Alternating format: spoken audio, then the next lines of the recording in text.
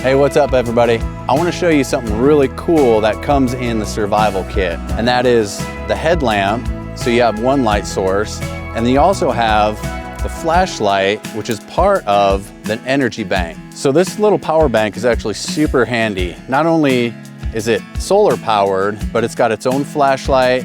It's got a backup compass on there. You pop this open and it does have two separate ports to charge whatever electronics you may have. Now, because it's a smaller solar panel, you're gonna wanna leave this out in the sun as long as possible so it can charge itself back up. Now the headlamp's pretty cool too, because this can charge right off your power bank here. No batteries necessary.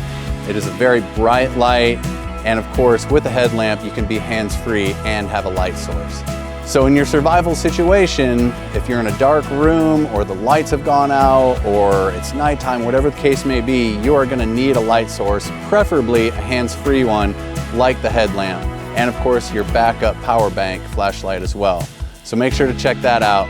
Stay safe out there, stay alive.